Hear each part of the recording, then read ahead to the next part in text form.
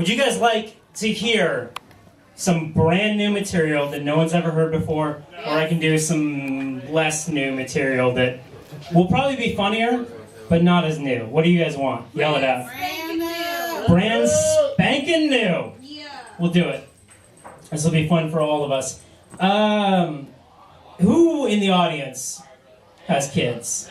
Yeah. Ooh, this is not going to go well. I did not expect that. Did you ask if we liked them, though? What the fuck are you guys doing? I will say this. I think having kids is one of the bravest things that you can do. And I know I'm not brave enough to just abandon all my hopes and aspirations like that. You guys are the real heroes. I appreciate that. Because, like, I feel like when you have kids, you have to give up some dream. And it scares me because I have, like, you know, a dream. Things I want to do. And if I had a kid, I'd have to put that on the side. But there are people out there that have a really shitty, realistic dream that they have to just throw away when they decide to have kids. Like, I had an Uber driver the other night. We'll call him Brad because that's his name and he should feel bad about his life. Brad. Poor Brad. Poor Brad. I don't even know the story of Brad yet. You're already on his side. Stay with me. Poor Brad. Picked me up.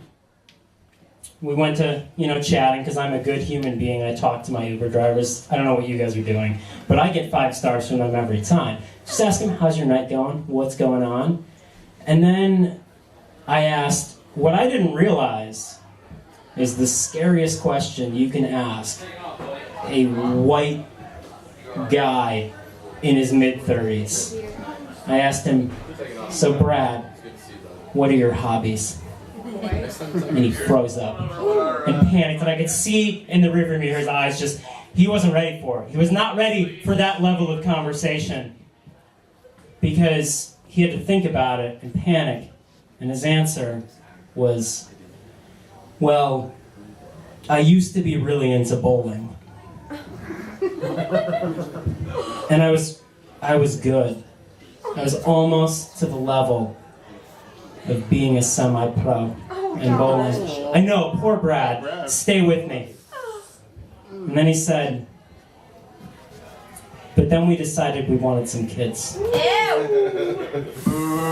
And I said, no, Brad. You wanted to be a bowler. What are you doing? You can lie to your shitty kids and your shitty family, but you can't lie to me in the back of your Toyota Corolla. I'm here for you, Brad. I'm here for you. I feel bad for you, Brad.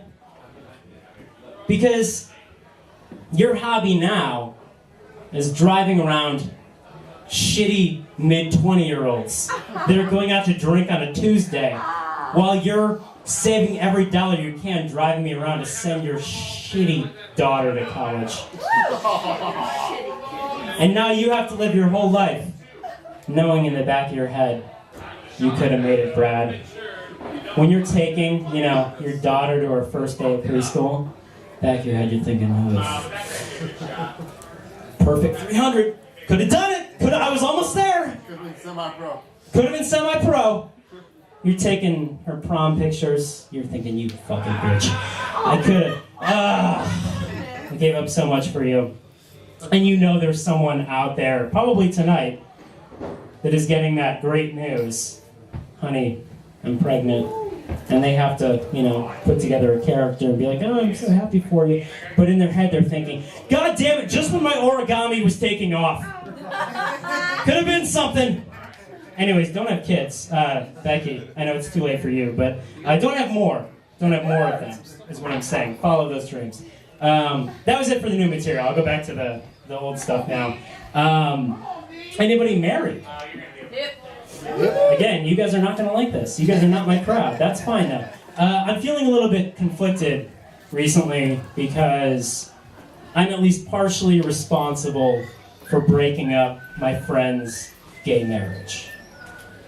Because I slept with him. I know what you're thinking. Not so cool. Adultery? Come on.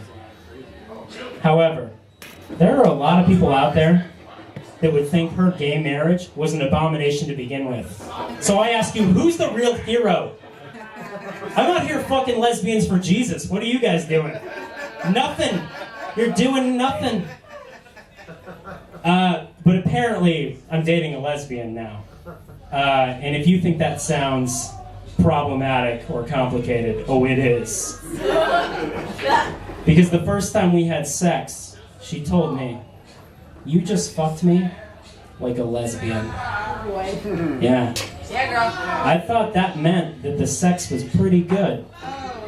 What that really meant is that she was moving in and bringing her dog with her. And it's just been a mess. Like, I can't keep her off the furniture. She's getting hair everywhere. There's a mess in the bathroom. She's eating all my food. Luckily, her dog is pretty well behaved, though. So that's good.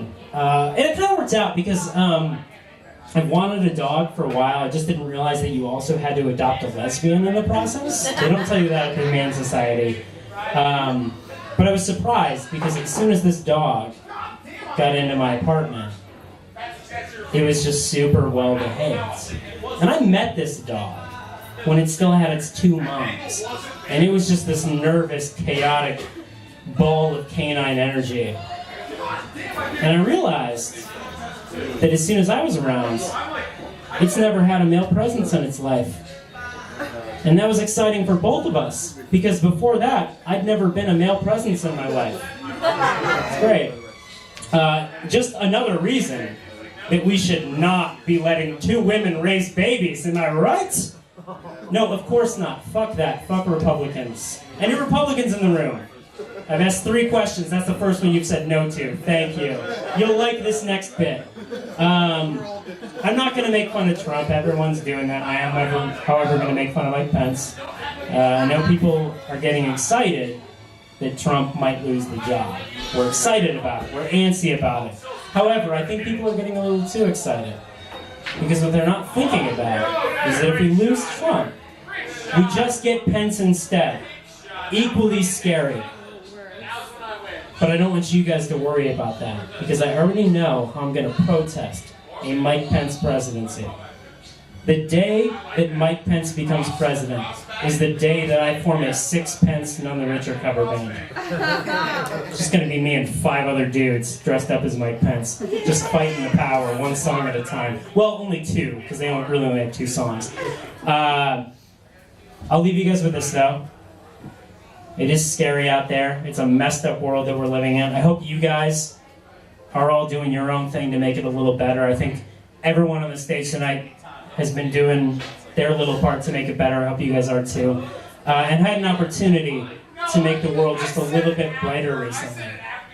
I was driving and I saw a billboard that said over 17,000 children test positive for lead. Have your kid tested today. Guys, that's depressing as fuck. So I went back with some spray paint and I changed it to over 17,000 children test positive for leadership skills. Some kids are probably going to die. But they're going to be confident when they do it. That's the important thing. Thank you guys. My name has been Griffin Browning. R.I.P. ODDTV.